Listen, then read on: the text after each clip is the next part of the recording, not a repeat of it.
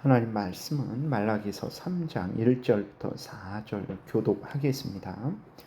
만군의 여호와가 이르노라, 보라, 내가 내 사자를 보내리니 그가 내 앞에서 길을 준비할 것이요 또 너희가 구하는 바 주가 갑자기 그의 성전에 임하시리니 곧 너희가 사모하는 바 언약의 사자가 임하실 것이라. 그가 임하시는 날을 누가 능히 당하며 그가 나타나는 때에 누가 능히 서리요. 그는 금을 연단하는 자의 불과 표백하는 자의 잿물과 같을 것이라. 그가 은을 연단하여 깨끗하게 하는 자같이 앉아서 레위 자손을 깨끗하게 하되 금, 은같이 그들을 연단하리니 그들이 공의로운 제물을 나 여호와께 바칠 것이라. 그때에 유다와 예루살렘의 봉헌물이 옛날과 고대와 같이 나 여호와께 기쁨이 되려니와. 아멘. 기도드리겠습니다. 살아계신 하나님 아버지 감사합니다. 이 시간에 하나님 말씀을 전하고 듣고자 합니다. 성령께서 역사하셔서 우리를 향한 하나님의 뜻을 잘 알고 믿고 순종하게 하소서. 하나님의 영광을 드러내는 인생이 되게 하시고 이웃을 유익하게 하는 인생 되게 하시고 하나님이 주시는 크신 은혜 늘 누리는 인생 되게 도우소서. 감사드리고 예수 그리스도의 이름으로 기도드렸습니다. 아멘. 아직까지 이제 하나님께서는 이스라엘 백성들의 죄악을 자세하게 지적하시고 책망을 하셨어요. 제사장들, 고관들, 일반 백성들 모두가 다 하나님께 범죄하기만 했습니다.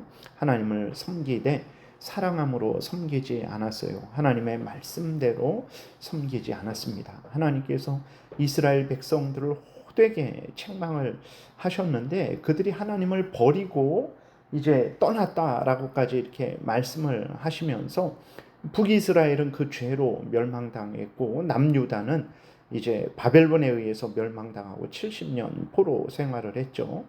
근데 그들이 그렇다고 해갖고 정말 하나님을 완전히 부인하고 우상을 섬긴 것이냐? 그러지 않습니다. 그들이 하나님을 잘 섬겼어요. 근데 문제는 무엇입니까? 왜 하나님이 이스라엘 백성들이 하나님을 떠났다라고 말씀하시고 북이스라엘을 멸망시키시고 남유다를 이제 바벨론에 70년 포로 되게 하셨습니까? 그것은 혼합주의 때문에 그런 거예요. 다시 말해서 하나님도 섬기지만 우상도 섬기고 성전에서 제사도 드리지만 우상에게 제사도 드리고, 그러니까 하나님을 사랑하지만 하나님만 절대적으로 사랑하는 것이 아니고 뭐 이 세상의 돈, 지위, 권세, 자기의 탐욕, 쾌락 이러한 것들도 하나님처럼 섬기는 그러한 잘못된 신앙생활을 했기 때문이라는 것을 우리가 항상 잊지 말아야 되는 것입니다. 그래서 이스라엘 백성들의 죄를 명확하게 알아야 돼요. 그래서 우리가 그러지 않으면 오늘 나는 집에다 불상을 갖다 놓지도 않았는데 하나님이 나를 뭐 책망하실까? 내가 뭘 잘못하는 것일까? 나는 올바로 살아가고 있지라는 그러한 착각을 할 수 있는 것입니다. 그래서 이스라엘 백성들의 죄가 뭐냐? 그랬을 때 하나님을 사랑하되 마음과 뜻과 목숨과 정성을 다해 사랑하지 않은 거죠. 하나님을 섬기되 하나님의 말씀대로 섬기지 않은 거죠. 오직 하나님을 하나님으로 믿고 경외하지 않은 것이고, 또 하나님이 십계명을 통해서 하나님을 어떻게 섬길지, 이웃을 어떻게 섬길지 알려주셨는데, 이스라엘 백성들이 서로를 향해서도 온갖 거짓, 다툼, 이혼, 결혼을 파탄내고 가난한 자를 학대하는 등 그러한 아주 서로 간에도 사랑을 하지 않은 죄로 인해서 이스라엘 백성들이 책망을 받은 것이라는 것을 우리가 항상 기억해야 됩니다. 그런데 이스라엘 백성들은 이렇게 범죄했지만 하나님께서는 이스라엘 백성들에게 항상 신실했습니다. 민수기 23장 19절에 하나님은 사람이 아니시니 거짓말을 하지 않으시고 인생이 아니시니 후회가 없으시도다. 어찌 그 말씀하신 바를 행하지 않으시며 하신 말씀을 실행하지 않으시랴라고 이렇게 기록이 되어 있어요. 그러니까 하나님은 말씀하신 대로, 언약하신 대로, 약속하신 대로 반드시 이루신다라는 것입니다. 그래서 신실하신 하나님이죠. 믿을 만한 하나님이에요. 우리는 신실하지 못하죠. 마음은 신실하려고 할지라도 실제 삶 속에서는 신실함을 이루지 못하는 아주 연약한 존재들입니다. 물론 마음도 가끔가다 신실하지 항상 신실하지는 않죠. 그러나 하나님은 항상 신실하신 분이시고 신실하게 모든 일을 행하시는 분이심을 우리가 분명히 믿어야 됩니다. 하나님은 이스라엘 백성들과 세운 언약을 신실히 지키셨어요. 그래서 오늘 본문에도 보게 되면 약속하신 대로 구원자 메시아 예수 그리스도를 보내주시겠다라고 하나님이 분명하게 말씀을 하십니다. 이스라엘을 통해서 이스라엘에게서 이제 예수 그리스도가 오셨죠. 아브라함과 다윗의 자손으로서 오셨습니다. 이스라엘 백성들을 통해서 백성들에게서 이제 예수 그리스도께서 오신 거예요.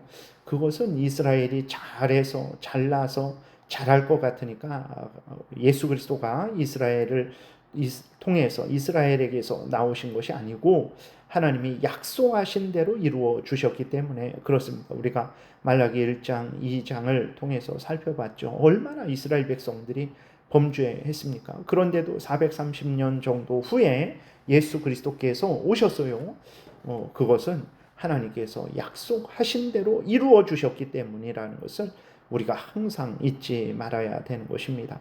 오늘 우리도 마찬가지예요. 우리가 날마다 은혜를 받고 죄 용서를 받고 천국길을 걸어가게 된 것은 우리가 잘나서 잘해서 잘할 것 같으니까가 아닙니다. 하나님이 약속하신 대로 이루시기 때문에 예수 그리스도 안에서 우리를 구원하시고 그 구원하신 은혜를 계속해서 유지하시기 때문에 우리가 항상 이렇게 하나님의 자녀로서 천국 길을 걸어가고 있다라는 것을 분명히 우리가 알아야 됩니다. 그래서 우리는 항상 하나님께 감사하고 영광을 돌리고 하나님을 의지해야 됩니다.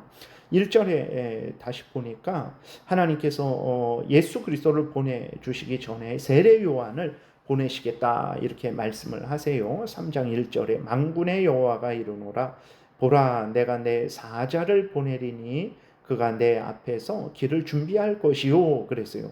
만군의 여호와 하나님께서 내 사자 여기에서 내 사자는 세례 요한을 말합니다. 그가 내 앞에서 길을 준비할 것이다. 예수 그리스도께서 오시기 전에 예수 그리스도께서 오실 길을 준비하신다라는 거예요. 그래서 만군의 여호와 이분이 내 앞에서 길을 준비한다.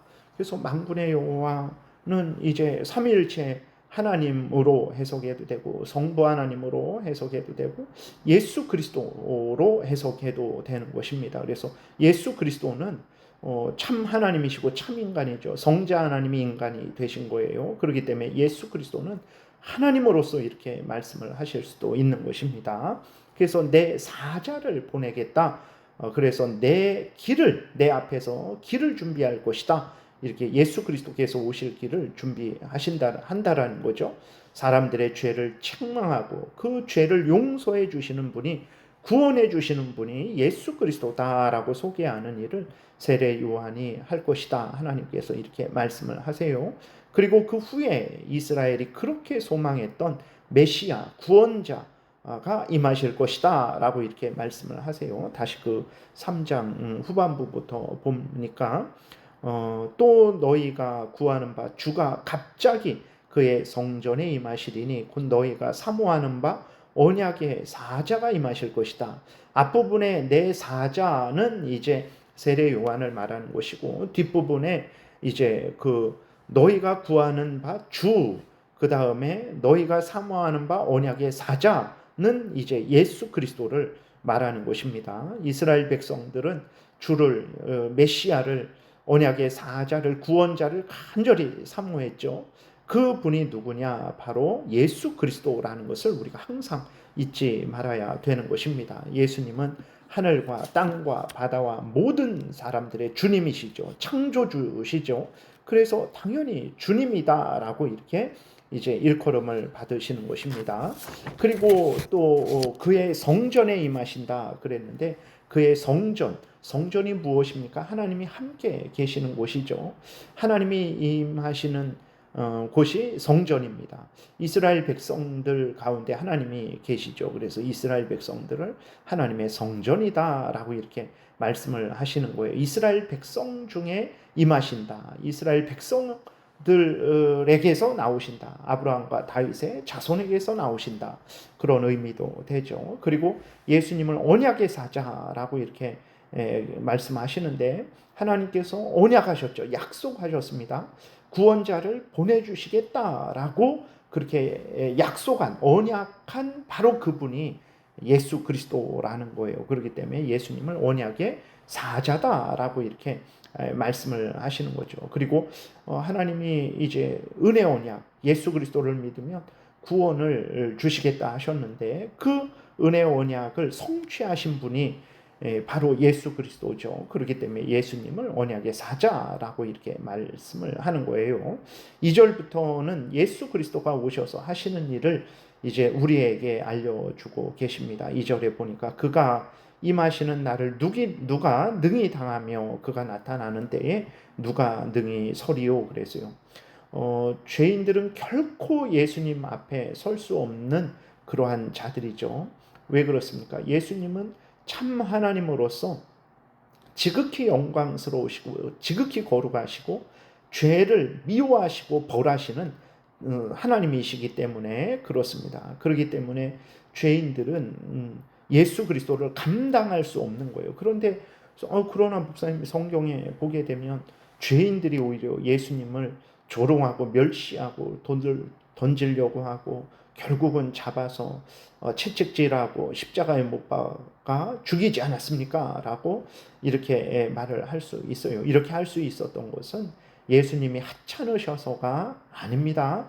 예수 그리스도가 그렇게 허락하셨기 때문에 그래요. 예수 그리스도가 우리와 같이 되셔서 참 사람으로서 참 하나님이시고 동시에 참 사람으로서 이제 우리의 구원을 위해서 예수 그리스도가 하실 일을 온전히 하시기 위해서 그렇게 허락하셨기 때문에 그런 것입니다. 원래 예수 그리스도는 지극히 존귀하신 영광스러우신 하나님이시다라는 것을 우리가 잊지 말아야 됩니다. 아무도 예수 그리스도를 감당할 수 없어요.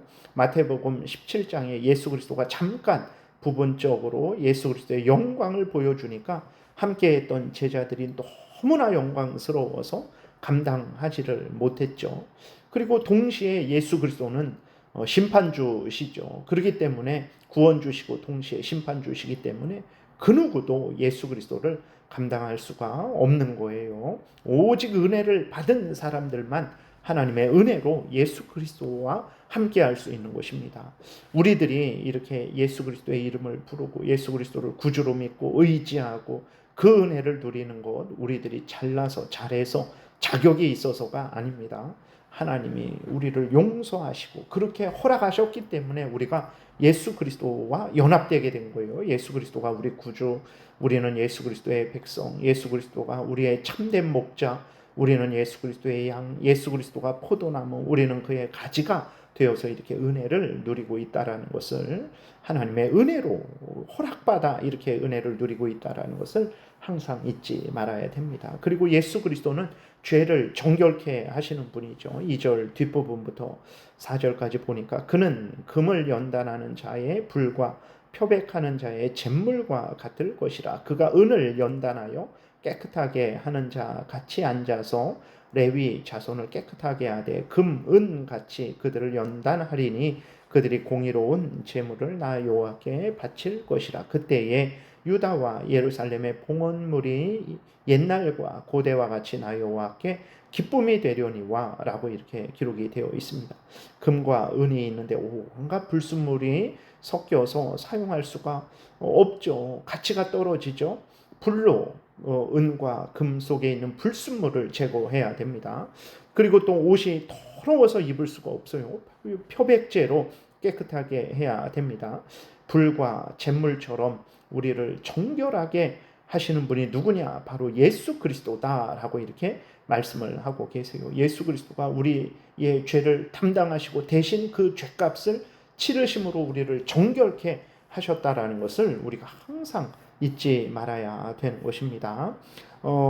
이렇게 예수 그리스도가 우리를 정결케 해주셨기 때문에 우리의 죄값을 담당하시고 대신 그 죄값을 치르시고 우리를 예수 그리스도의 의를 덧입혀 주셔서 우리를 의롭게 해 주셨기 때문에 우리가 이렇게 깨끗하게 하나님께 여김을 받는 거고, 우리가 하나님의 이름을 부르며 하나님 앞에 예배하고 기도하고 하나님의 은혜를 누리는 것입니다. 우리가 정결해서 그런 것이 아니에요. 예수 그리스도가 우리를 정결케 하셨기 때문에 우리가 하나님 앞에 나아가 이렇게 하나님 이름도 부르고 예배도 드리고 은혜도 받는 것입니다.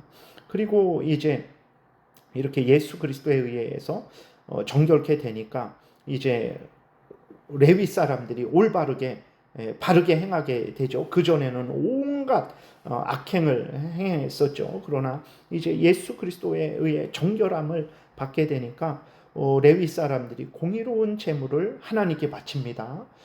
예수 그리스도의 그 대속의 공로를 힘입어 하나님의 말씀을 따라서 하나님을 섬기게 되는 거죠. 그때서야 하나님께서 이제 그 레위 제사장들의 제물을 이스라엘 백성들의 그 봉헌물을 기쁘게 받으시는 거죠. 예수 그리스도의 의가 없다면 여러분 우리가 100일을 금식하고 1000일을 금식하고 정말 하나님 앞에 수백억 수천억을 드리고 내 목숨을 바친다고 할지라도 그것은 죄된 재물일 뿐이라서 하나님을 기쁘시게 할 수 없어요. 그러나 우리가 가진 것이 없어도 부족하고 연약해도 하나님 앞에 나아가서 기도하면 하나님이 응답하시고 우리의 찬송을 받으시고 우리의 예배를 받으시고 기뻐하시고 은혜를 내려주시는데, 왜 그러시는가? 바로 예수 그리스도 때문에 그렇다라는 것을 우리가 항상 잊지 말아야 됩니다. 예수 그리스도 안에서만, 예수 그리스도를 의지해서만 하나님께 나아갈 수 있고 은혜를 받을 수 있는 것이라는 것을 명심을 해야 되는 것입니다. 그래서 오직 우리는 예수 그리스도 없으면 아무것도 아니라는 것을, 지옥에 멸망당할 뿐이라는 것을 명심하고 하나님이 신실하게 약속하신 구원자 예수 그리스도를 보내주심으로 말미암아 우리가 이 구원의 은혜를 누리고 천국길을 걸어가고 있다라는 것을 분명히 깨달아 알고 하나님께 모든 감사와 영광을 돌리고 헛된 구원자들 의지하지 말고 오직 참된 구원자 예수 그리스도를 믿고 의지해야 되겠습니다. 기도드리겠습니다. 살아계신 하나님 아버지 감사합니다. 늘 우리 미련하고 무지한데 성경 말씀을 통해서 하나님과 하나님의 그 뜻을, 하나님의 말씀하심과 하나님의 일하심을 알게 하시고 믿고 행하게 하시니 감사합니다. 알려주신 대로 하나님을 잘 믿고 섬기는 우리 모두가 되게 도우소서. 예수 그리스도의 이름으로 기도드렸습니다. 아멘. 하늘에 계신 우리 아버지요, 이름이 거룩히 여김을 받으시오며 나라의 임하옵시며 뜻이 하늘에서 이루어진 것 같이 땅에서도 이루어지이다. 오늘날 우리에게 일용할 양식을 주옵시고 우리가 우리에게 죄지은 자를 사하여 준 것 같이 우리의 죄를 사하여 주옵시고 우리를 시험에 들게 하지 마옵시고 다만 악에서 구하옵소서. 대개의 나라와 권세와 영광이 아버지께 영원히 있사옵나이다. 아멘.